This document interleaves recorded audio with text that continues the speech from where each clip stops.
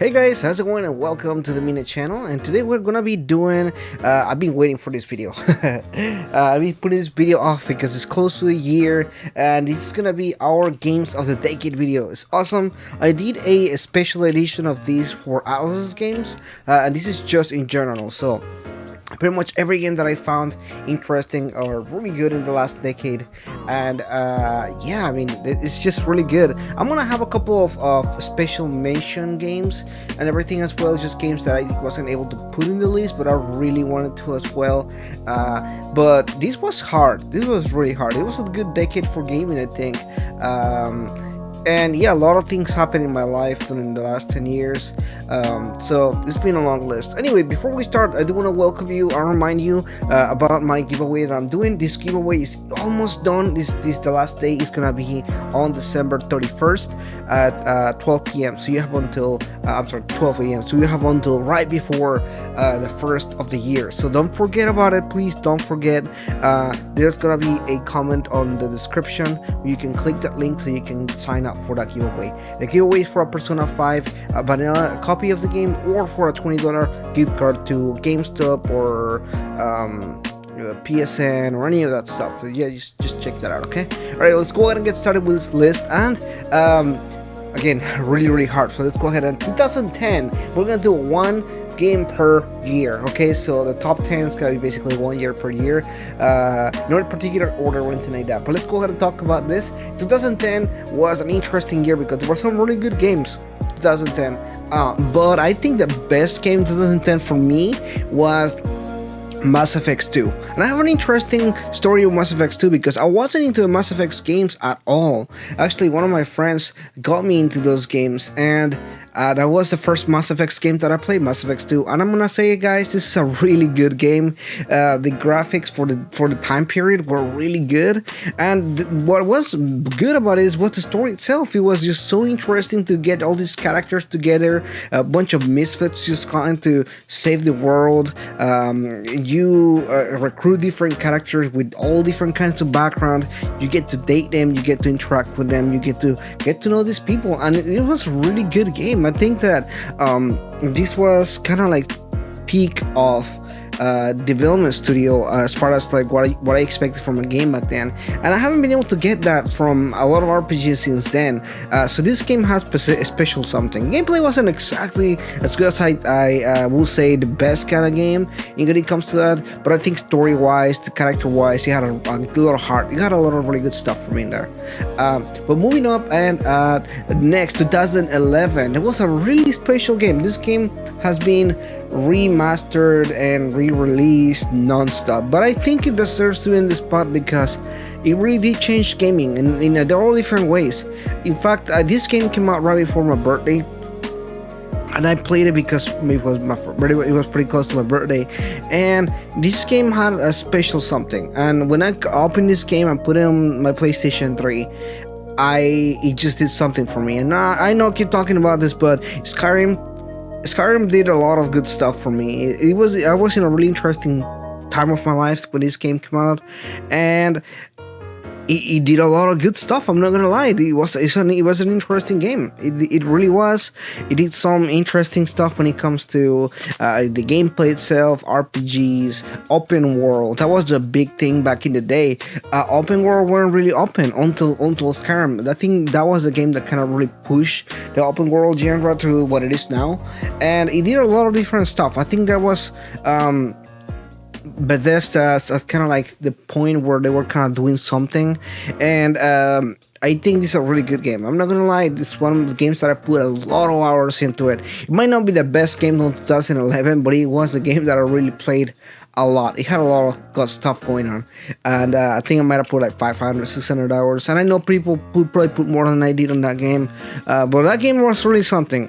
Now, it has a lot of performance on the PS3, and I remember first time that you turn into werewolf in the game, completely crashed my game. I mean, we're talking about the game went white for a good like 20 minutes, then it turned black, and then I was able to see something much later on. So it was bad, but it was good. But moving on, next year, 2012. 2012 was an interesting year because there were a lot of really good games in 2012, but it's a particular one that sticks to me. And this one is interesting as well because it's actually a remake of a game, but it came out in 2012, and again, it did a lot of really good stuff. And something this particular game was something that I was looking forward to and expected to, because right before this 2009, I was playing these games, and I was really excited to hear about a remake for it. This is Persona 4 Golden. Now, Persona 4 Golden, again, originally I think came out Persona 4 on 2008, 2009. So I'm kind of cheating in here, but I think that this was such a good release. This was kind of like the best game on the PlayStation Vita. Everything that I expected from a remake from Persona 4 was here. There was a huge improvement in a lot of the stuff, and I think this was a good gateway for a lot of people to get into Persona. I think this was a lot of people's first Persona game, and I can see why, because it was a really good game. It fixed a lot of the issues that I had on the PlayStation 2 with Persona 4 and Persona 3, and I think it was overall a really good game. I think it was an excellent game, so it deserves to be in the spot that it is. And yeah, I mean, what can I say? It's a Persona channel. I'm gonna put this game here. But moving to the next one, in 2013, there was a really good game, a bunch of really good games actually. This was a really interesting year for gaming. But it was a game that really changed the way that I looked at games. It was an interesting game because this was something that I was not expecting to play, and I was so emotionally invested in this game. When I played it again because I wanted to see, everything about it. And that was The Last of Us. The Last of Us just really changed my perspective on gaming. Before that, obviously, I played games like Persona and games with story, games with a lot of stuff going on. But this game really did something for me when it came to kind of like what I expected from a game. It was a benchmark in what I expected from a games. And even now and then, there's not a lot of games that develop all the way to something like this. They don't deliver to that point, and that's why The Last of Us is still a really good game now. We're talking about 2013 up until 2019, almost 6-7 years, and it still delivers in a way that not a lot of games deliver. So it's excellent game. 2014 was also another interesting year, and it was a little bit hard for me to choose in this year because there were a lot of good games in this particular year that I was kind of like, wow. I mean, I don't know. But I picked a new IP, a new concept in a new series that I was kind of really interested on. When this game was first announced and I saw what it was, I was kind of, I remember it being like, wait a minute, is this it? Because you guys know I'm a huge Resident Evil fan, and particularly I like Resident Evil 2 and Resident Evil 4. So we're talking about The Evil Within, by the way. Evil Within, when it was announced, I saw it and I was like, is this the next Resident Evil game? It just looked like it was. And it wasn't. It was a completely new project by the creators of Resident Evil 4 particularly. And it does look like a spiritual successor to the series in that end.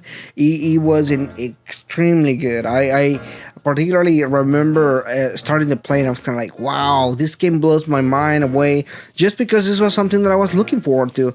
I haven't played a game in this style since Resident Evil 4, so there was definitely an empty spot there that I was itching for that kind of game, and I got it, and it was as good as I thought it was gonna be. The sequel wasn't as good, but I think that there was a lot of really good game, interesting stuff in there that really scratched my itch for a good Resident Evil game. That was it right there, and he did a really good job.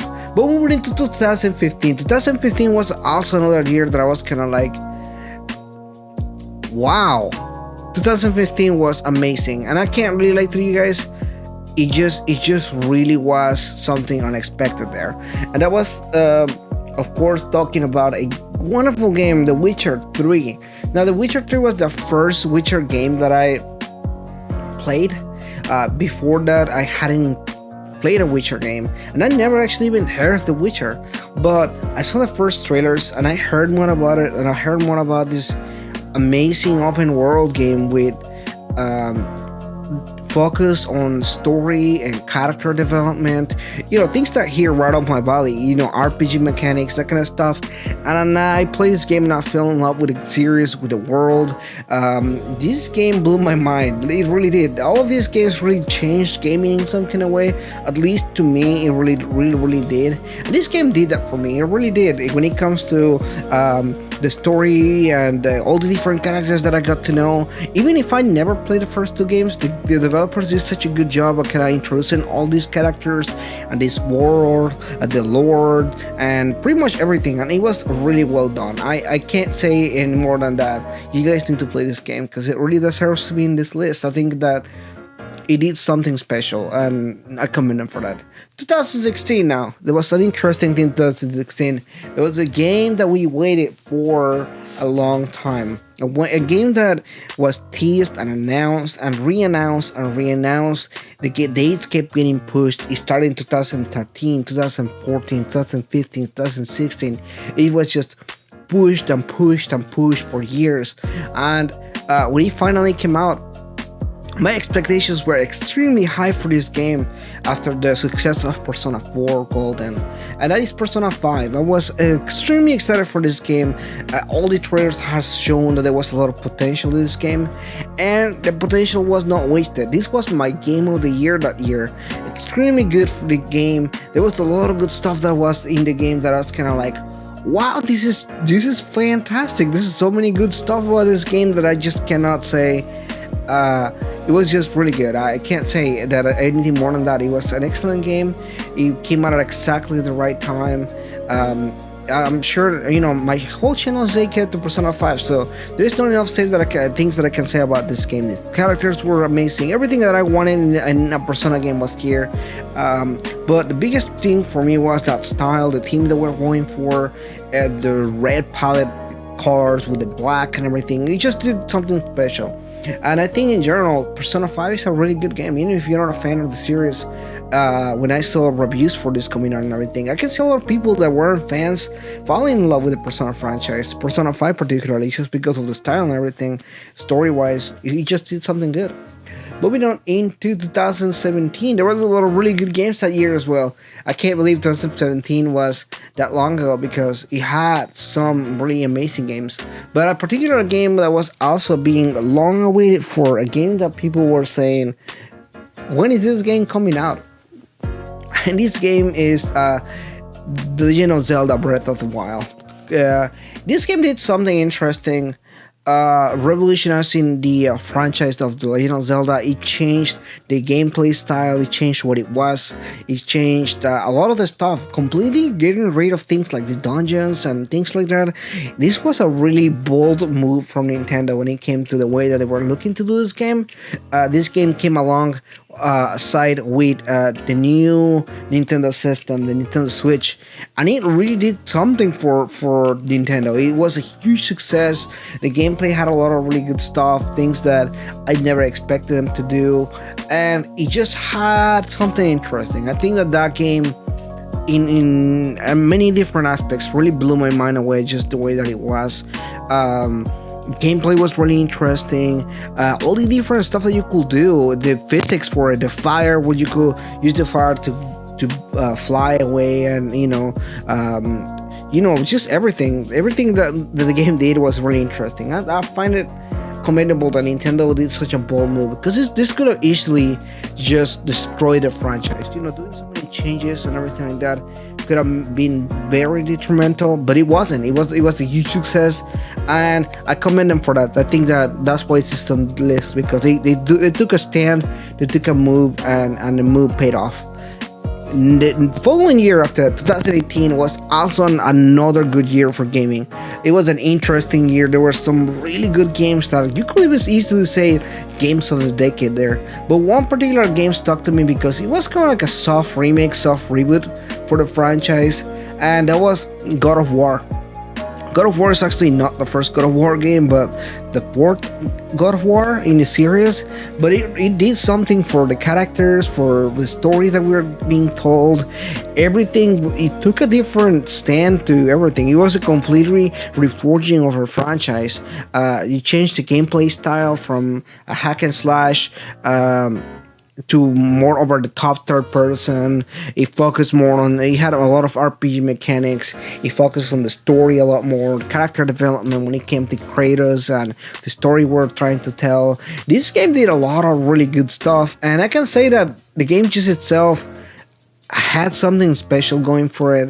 The graphics were amazing. The story they were telling for the song that you have has something to teach the main character, and it's something is just so important, so interesting. You don't see just the story of a god, you see a story of a parent, somebody that's growing with their child and everything, and I can see that a lot. It's a really good game. I can say that this game took me by surprise because I wasn't expecting to like it as much as I did, but guys, the game came out and it was amazing. I really, really loved the game a lot, and it did something special for me as well on that end.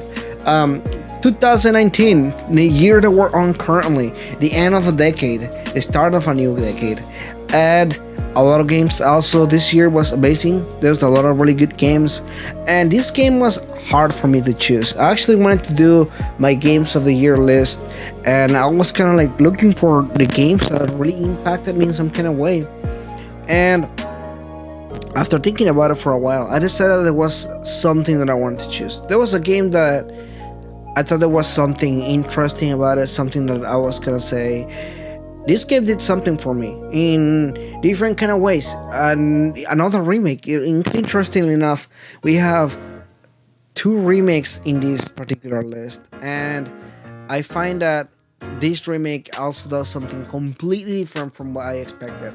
Resident Evil 2. Resident Evil 2 is interesting because 1, it is my favorite Resident Evil game in the franchise, but 2, it did something for the franchise as well, and it took an already original idea, an already original really good game, and turned it into an even greater game. Graphics wise, the game just blows anything out of the park. The RE engine that Capcom uses, it just is such a good photorealistic way. The characters look really good. The gameplay was really, really solid. The story was obviously, it's a Resident Evil story. All the puzzle solving and everything, just everything was there for any fan of the series. I think they expected this game to be as good, but I don't think they expected it to be as good as it was. And I think that's why it's good. The story, the 2 different characters you can play, Leon and Claire, just had something going for it, and I like that a lot. I think this game really it did something as far as how a remake should be made. When it comes to something like a remake or something like that, this game really just kind of put it front and center. This is what a remake should be like. Compared from then and now, this is what a remake is, and that's why I put it here, because it really shows something. Now any remake that is done ever, I want to look at it from the perspective of somebody that played Resident Evil 2 and the remake, and say, yeah, this is what a remake is gonna be like. If I play another remake, I expect it to be something like that, just because it's a huge benchmark as far as what you expect from a remake. But guys, that is pretty much my list on the games of the decade. Obviously, this is not an opinion piece, so if you disagree or agree, feel free. Now, before we finish this video, I do want to comment, because there's a lot of games that I didn't talk about, but I wanted to add into the list, because again, there were a lot of really good games. So here are my special mentions for the game. I'm not gonna say a lot of stuff about them, but here are my special mentions. First special mention is BioShock Infinite. This game, I'm a huge BioShock fan overall, and BioShock Infinite took the franchise to a completely different level, up in the air. There was a lot of really good stuff about it. It came really close to me when it came to like story-wise compared to something like The Last of Us, but I really wanted to put it on the list somehow. A special mention, BioShock Infinite. Another game franchise, because I actually was gonna put 3 games here, and that's the a huge thing for me. Soulsborne games are amazing. I love Soulsborne. Dark Souls 2 and 3 came out, and also Bloodborne came out. And all 3 games were games that came really close. And we're talking about 2nd or 3rd place within that year generation, and they were really close to being on the list. But I wanted to put them somewhere, and I just want to say, yeah, these games deserve to be in the list. They are some of the best games of the decade, and I feel they need to be mentioned somewhere. somehow. So yeah, I'm gonna put them here. I'm gonna mention them because they need to be mentioned somehow. Resident Evil 7 is also another game that I want to put in here. I want to put it in here because we're speaking of franchises and remaking a franchise, just kind of bringing it together, saying it, bringing in a new. Resident Evil 7 did that for Resident Evil, the franchise. It changed the way that they were gonna be working on these games. They changed perspective from third to first person perspective. The new engine that they started working on, the RE engine, did amazing things. This game overall just was an amazing game. I think I don't want to say much about it, but it is something different from the franchise, and I appreciate that for what it is. Obviously, Zelda Breath of the Wild came out the same year, so I couldn't really put it on the games, but I thought it was a really good game. Another game that I do want to mention on this list here on the best gifts of the decade is a new game. It's a new IP, because I commend new IPs when they go into different directions and good ideas, things that are different and new. Horizon Zero Dawn from Sony was one of those games. I think it had a really good idea going for it. Unfortunately, it came so close to Legend of Zelda Breath of the Wild that it didn't get its time to shine as it should have. But I do want to mention it because, again, it was a brand new IP, new idea from Sony, coming up with a lot of fresh thoughts when it came to the gameplay and the story, really post-apocalyptic, years and years from the apocalypse, a different kind of thing, and I commend it for that as well. Another game that I want to mention before I finish my game of the list and everything is Spider-Man, Sony Spider-Man, because in this game, again, it's another game. It did something interesting for superhero genre. We haven't had a lot of really good superhero games besides the Batman Arkham games, and this game took a completely different approach to the formula.